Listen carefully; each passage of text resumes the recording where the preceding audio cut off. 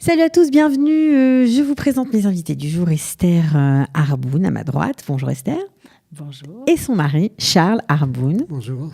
Alors, ils sont là pour nous raconter leur parcours d'Alia, monté il y a 3 ans à 55 ans. Ils n'ont même pas attendu l'âge de la retraite. Ils sont médecins tous les deux. Donc, évidemment, ce n'est pas évident de monter quand on est médecin, surtout quand on est en plein exercice et qu'on n'a pas envie de s'arrêter de travailler. Donc, ils sont là pour nous raconter un peu leur parcours. Qu'est-ce qui a déclenché votre Alia, Charles? Je vais commencer par vous. Comme on a pu en discuter avant, c'est un peu une conjonction d'événements. Je crois que le vrai décloncheur, ça a été que notre fille nous dise « Bon, mes chers parents, je m'en vais, je pars en Israël ». Et on s'est rendu compte que, en fait, son frère et sa sœur étaient casés et qu'ils étaient tout à fait autonomes, mais qu'elle partait. Et pour nous, c'était un peu un choc. Et ajouter à ça le fait qu'on travaillait beaucoup trop et que au fond, notre vie n'avait plus tellement de sens, parce que travailler pour travailler, ça n'a pas beaucoup d'intérêt, en tout cas dans ma philosophie. Et on s'est posé la question de se dire, et si nous aussi on arrêtait et on partait, plutôt que de décider de partir à la retraite. Alors, ce n'était pas la première fois. J'imagine que vous aviez eu envie déjà de venir. Tout à fait. En fait, on y avait réfléchi longuement avant. On avait même fait des approches 4-5 ans auparavant pour savoir s'il y avait quand même des possibilités de travailler et quelles étaient ces possibilités. Et en fait, on nous a très, très, très clairement découragés. Et pourtant, vous étiez bardé de diplômes, hyper expérimentés. On peut dire, vous êtes Esther Harboun, ORL. Vous travaillez aujourd'hui à Tel Aviv. Vous étiez attaché, en tout cas spécialiste dans les hôpitaux de Paris, notamment l'hôpital Rothschild, spécialiste dans les implants. Vous avez une très grande expérience. Et vous, Charles, c'était exactement la même chose, puisque vous étiez diabétologue, médecin, nutritionniste, diabétologue depuis plus de 20 ans. Vous étiez aussi spécialiste des super opérations dont on entend parler aujourd'hui, les fameux sleeves et bypass, mini bypass, etc. Tout ce qu'on entend pour maigrir, pour perdre du poids très rapidement. S'entendre dire ça par des confrères, il n'y a pas d'avenir pour toi, pour vous, c'est un peu dur quand même, non ? C'était dur, mais rétrospectivement, moi je comprends très bien le discours de la jeune femme agrégée que j'avais vue, qui savait ce qu'on en avait à Paris. On avait tous les deux une très belle clientèle privée. Moi j'étais praticien hospitalier des hôpitaux, donc j'avais aussi un côté recherche, etc. Et c'est pas du tout évident ici de recréer la même chose, et le gâteau est plus petit. Donc il y avait peut-être aussi ça qui jouait.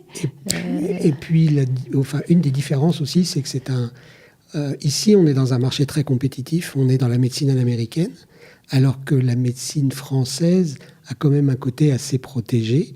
C'est-à-dire que les médecins ont juste besoin de faire savoir qu'ils existent en s'inscrivant dans un annuaire des médecins, et les patients viennent.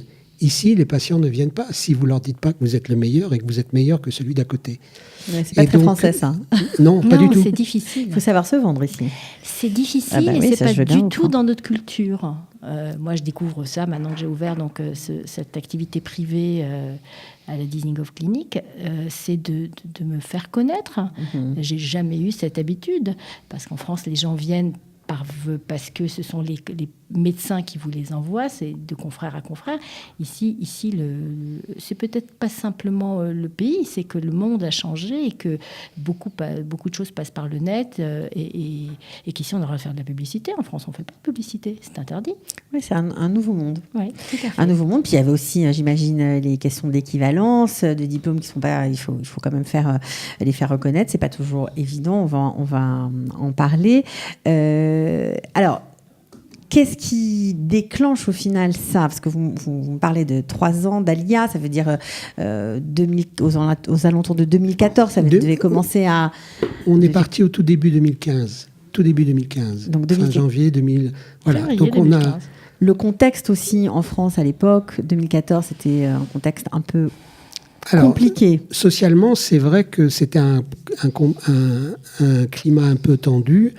On a entendu pour la première fois en juillet 2014 dans les rues face à la synagogue de la rue de la Tournelle, mort aux Juifs. Moi, je suis petit-fils de déportés. J'ai grandi avec cette image.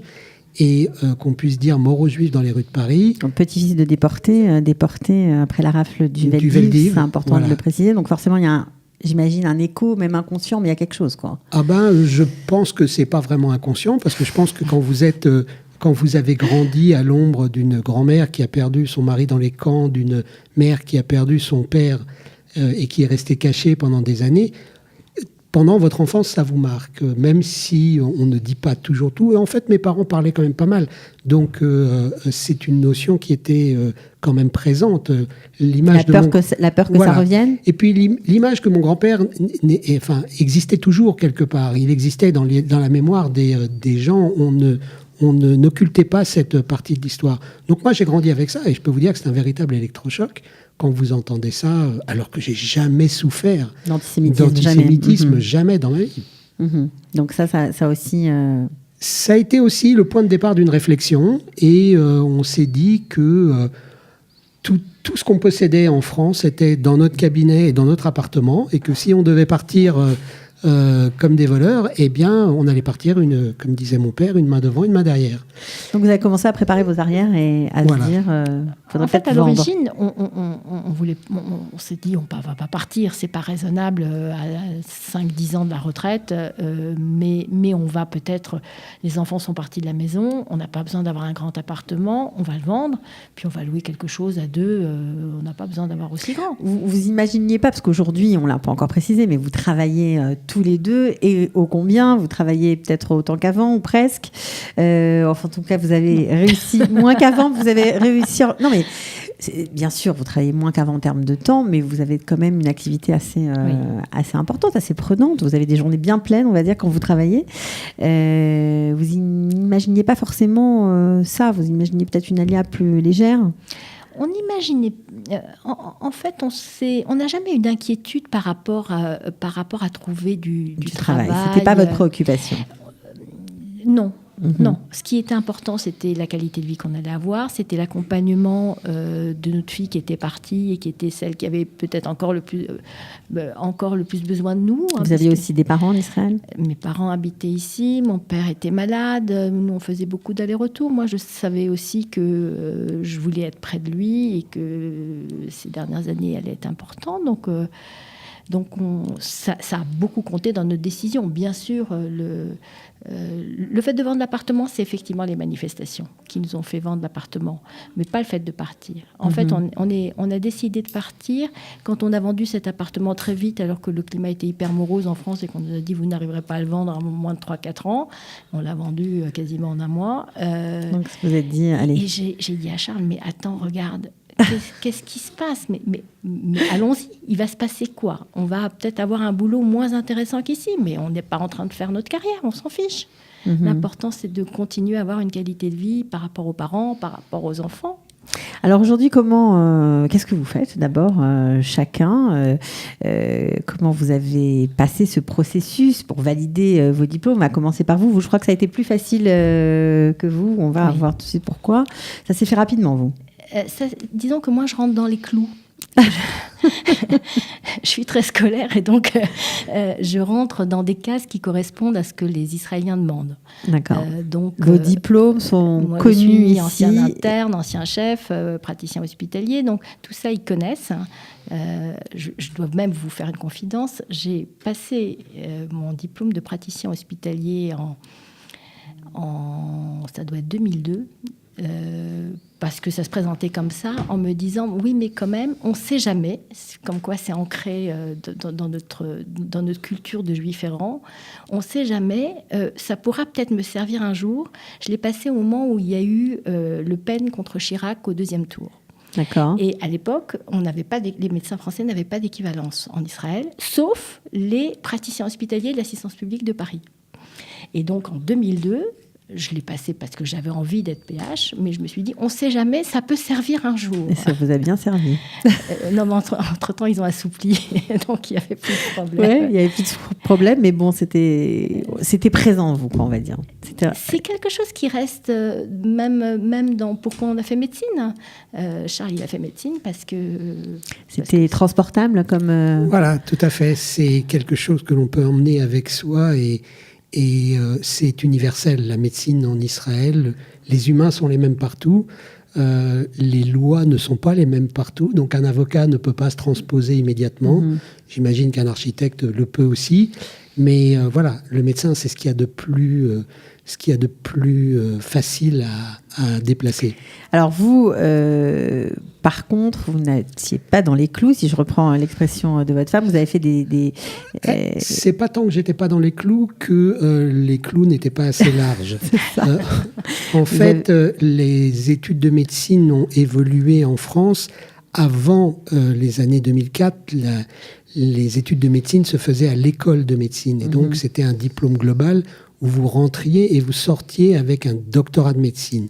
Mais il n'y avait pas d'étape intermédiaire. À partir de 2004, par rapport à l'Europe, il a fallu mettre des choses qui soient transposables d'un pays européen à l'autre. Et donc est rentrée la formulation licence, master, doctorat. Ce qui a impliqué que techniquement, la France a changé l'intitulé d'un certain nombre de ses diplômes, dont le diplôme médical. Oui, et ici aussi, c'est un peu compliqué le distinguo entre médecin de famille, qui est une spécialité en fait, et médecin généraliste, c'est un peu différent. En France, maintenant, la médecine générale est une spécialité. C'est ça. Ça a changé, et donc on est spécialiste en médecine générale. Les vieux médecins comme moi ont obtenu, à condition de répondre à un cahier des charges assez strict de la France, la certification comme spécialiste en médecine générale. Donc en France, aujourd'hui, je suis spécialiste en médecine générale. Mais jusqu'à présent, seuls les gens ayant eu leur diplôme après 2004 sont reconnus en Israël. Ici. Bon, c'est tout. On comprend qu'il y a beaucoup de bureaucratie. D'ailleurs, il y a une action en ce moment de Glaïm qui essaye d'harmoniser, on va dire, les choses et de vous faciliter la vie. Donc on espère que ça va marcher. Bon, mais cela dit, vous n'avez pas baissé les bras parce que vous avez trouvé quand même... vous avez trouvé quoi faire dans votre... Oui, parce que je pense qu'il y a un décalage entre les volontés technocratiques et la réalité du terrain, c'est qu'on a besoin de médecins en Israël. Donc moi, j'ai trouvé un emploi à l'armée où je travaille comme médecin d'unité et je soigne des soldats toute la journée. Mais c'est des petits bobos. C'est des petits bobos dans 80% des cas, mais enfin, il faut qu'ils soient quand même en état de fonctionner. Ouais. Et puis, malgré tout, l'armée accueille tous les jeunes, même ceux qui ont des maladies chroniques. Et il y en a un certain nombre qui sont donc suivis par les médecins d'unité sur leurs pathologies chroniques au quotidien. En même temps, j'imagine que c'est un moyen extraordinaire de connaître la société israélienne, absolument, de s'intégrer. Tout à fait. Donc c'est gagné quand même. Et grâce à eux, j'ai un ulpan en permanence. Ils me font. Alors, ils n'hésitent pas à me corriger quand je fais des erreurs dans le vocabulaire. Non, mais toi, tu es meilleur que moi en slang parce qu'il a des jeunes. Ah, bah oui, bah ça, c'est sûr. Alors que moi, à la coupe à Trolim, j'ai de tout, mais il ne me parle pas en slang. Bon, mais vous faites aussi d'autres choses, vous ne faites pas que ça. Alors, j'ai trouvé très vite, en fait, parce que on avait une amie qui était chargée de ses cours et qui, à cause d'une grossesse, n'a pas pu continuer. J'ai trouvé un travail à l'Institut Wingate, l'Institut du sport d'Israël, sur des groupes de jeunes Français qui faisaient un voyage d'études de 6 mois et qui faisaient un diplôme du Machon Wingate. Alors c'est un diplôme tout à fait officiel, avec un cahier des charges qui est visé par le ministère de l'Éducation et des Sports. Et donc, j'ai fait un programme, j'ai retraduit le programme, puisqu'il n'existait qu'en hébreu, les cours n'existaient qu'en hébreu. Je les ai adaptés en français et depuis 2 ans maintenant, je donne une dizaine d'heures par semaine pour ce programme. Ils ont de la chance, les étudiants du Machon Wingate. Alors, on vous entend tous les deux, on va en venir aussi à vous, on va raconter ce que vous faites aujourd'hui. Beaucoup d'humilité malgré votre expérience, etc. Beaucoup d'humilité et d'adaptation, une faculté d'adaptation assez importante. Vous êtes venu vraiment avec l'esprit très ouvert. Ça vous aide au quotidien, ça vous a aidé ? Oh, mais on était ravis de recommencer une nouvelle vie. Vous n'imaginez pas quel coup de jeune ça donne. On était dans des rails et d'un seul coup, il faut s'ouvrir aux Israéliens. Au début, moi, je voulais faire comme les Israéliens, tout comme les Israéliens, ne parler qu'en hébreu, ne pas dire que j'étais française, alors que maintenant, j'ai compris que non, il faut... J'accepte je serai de toute façon, il suffit que j'ouvre la bouche pour qu'on sache dès que je parle en hébreu. Ouais. On est tous pareils, hein. Et donc, c'est pas le nombre des années qui compte, hein, mais je crois que l'accent, on va le garder jusqu'au bout.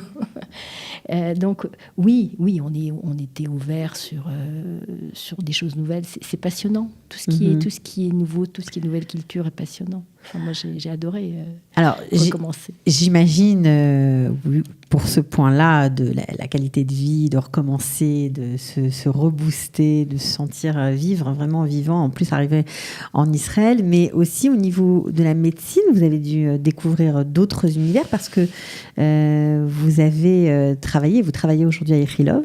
Oui. Alors, c'est tout nouveau, quoi. Vous êtes... En fait, oui et non. Ça ne change pas de la France? Vous avez trouvé des similitudes Sur l'hôpital, ça ne change pas fondamentalement. Les consultations sont des consultations qui sont franchement de même niveau. Ils sont très très bons à Ichilov. En tout cas, moi, je connais surtout le département d'ORL et plus particulièrement l'otologie. Moi, je suis chargée là-bas d'une consultation vertige et d'autologie. Ce qui est difficile pour moi jusqu'à aujourd'hui, c'est de recevoir des gens en hébreu, d'avoir des dossiers qui sont hyper épais et de les lire rapidement, parce que on n'arrive à cette consultation que des gens qui ont attendu longtemps et qui viennent de partout. Donc, je pense que même en français, c'est une consultation qui pour moi était difficile. Alors, je vous explique pas en hébreu. Ouais. Je finis, mais je trouve ça intéressant, ça m'oblige à me dépasser, donc c'est plutôt intéressant.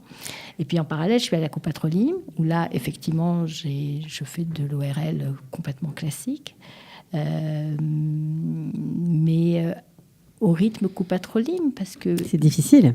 C'est difficile quand on vient de la médecine privée, vous aviez eu un cabinet où vous deviez prendre le temps que vous vouliez pour vos patients, c'est dur de s'adapter à ça. Oui, c'est vrai, c'est difficile, mais d'abord, ils ont été plutôt sympas avec moi, parce qu'ils savaient que j'avais du mal en hébreu, que moi je consulte et j'écris en hébreu dans le dossier, donc ils m'ont permis d'y aller progressivement. J'en vois globalement un de moins qu'eux, mais il n'y a pas à se cacher la face, on est dans une autre médecine, une médecine où les Coupatrolim ont besoin d'être rentables, et ils demandent à chaque médecin de voir un certain nombre de patients. Si vous voulez être... Est-ce que la médecine est moins bonne, d'après vous, malgré ce... La médecine n'est pas moins bonne. Non, les médecins ne sont pas moins bons. En tout cas, ceux qui sont à Ichilov, ils travaillent aussi en Coupatrolim et ils ont les mêmes compétences. La seule chose, c'est que le système est un système qui est extrêmement lourd. Je vous donne un petit exemple. Pour faire un test auditif ici, vous devez aller voir le médecin ORL de la Coupatrolim qui va vous examiner, vérifier qu'il n'y ait pas de bouchon, vous faire une aphnaya pour aller faire l'audiogramme. Vous allez revenir le voir, il va revérifier et il va vous envoyer au Marwan Shmir. En France, vous allez voir un ORL et puis c'est réglé. Exactement. Vous voyez l'ORL, il vous fait l'audiogramme lui-même. Ouais. Ici, ce ne sont pas les ORL qui font les audiogrammes.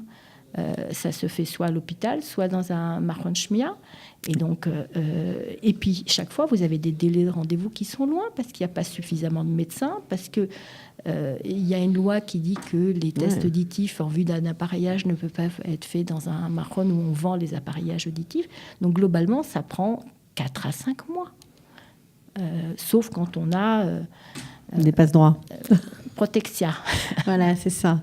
Donc tout ça fait quand même que vous devez vous adapter, mais apparemment vous le faites, vous l'avez fait, quoi.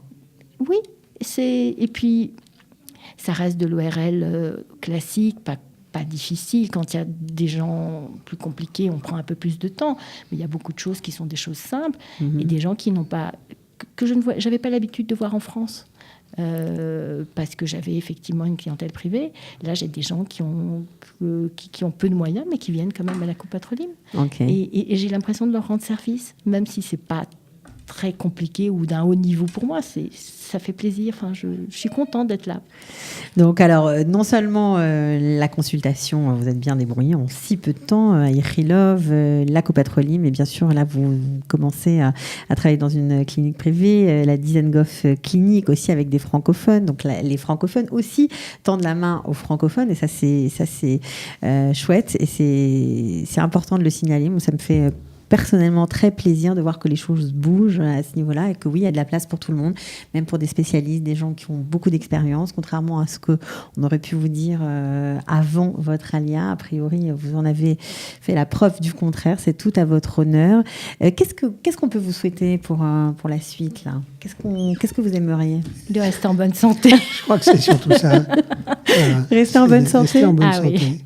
Pour en profiter. Absolument, le plus longtemps possible. Oui, parce qu'on est heureux, nous. Enfin, franchement, C'est sans regret, Paris, la belle vie et Tel Aviv aujourd'hui. On a une très belle vie ici aussi. Ouais, c'est ça qu'il faut. Et on a la lumière. Oui.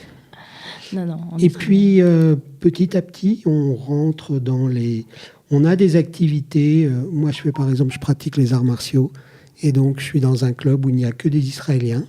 Et petit à petit, on rencontre les gens et on s'intègre dans les groupes israéliens. C'est pas grave, ce sont des choses qui arrivent, il n'y a pas de problème. Ça n'est pas si difficile que ça, et c'est extrêmement agréable. Et en fait, les Israéliens sont très heureux lorsque vous essayez en fait de vous intégrer et de parler hébreu. Moi, j'avais écouté une interview ici, chez vous, d'une psychoclinicienne qui disait que tous les Israéliens ont une deuxième langue. Et c'est vrai que la plupart des gens que je rencontre sont soit d'origine russe, soit d'origine allemande, soit d'origine... Donc, ils ont tous une autre langue. Mais quand vous faites l'effort de leur parler en hébreu, souvent au début... Ils voient que l'hébreu est un peu hésitant, ils ont naturellement envie de vous parler en anglais. Vous leur dites non, moi il faut que je parle hébreu parce que sinon je ne vais pas apprendre. Alors c'est sympa que qu'on termine l'émission sur ça parce qu'on n'en a pas parlé, mais vous êtes accrochés, hein, vous n'avez pas appris l'hébreu, vous êtes arrivés, vous ne connaissiez pas l'hébreu, vous êtes accrochés, vous avez fait vraiment l'Ulpan très sérieusement, 6 mois d'Ulpan à Lilien Bloom pour commencer, puis vous avez continué avec l'Ulpan professionnel, voire parfois en même temps. Bravo, franchement. Je continue. Nous continuons tous les deux à prendre des cours. Oui. Voilà, et je crois que c'est aussi le secret d'une alia réussie. On vous souhaite de profiter de vos enfants, de la vie, voilà, d'avoir Merci beaucoup. Du bon temps ici. Merci beaucoup. De rien, merci d'être venu. À bientôt. À bientôt. Ciao.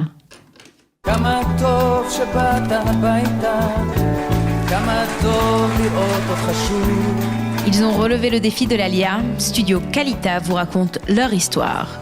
Alia Story, c'est vous, c'est nous.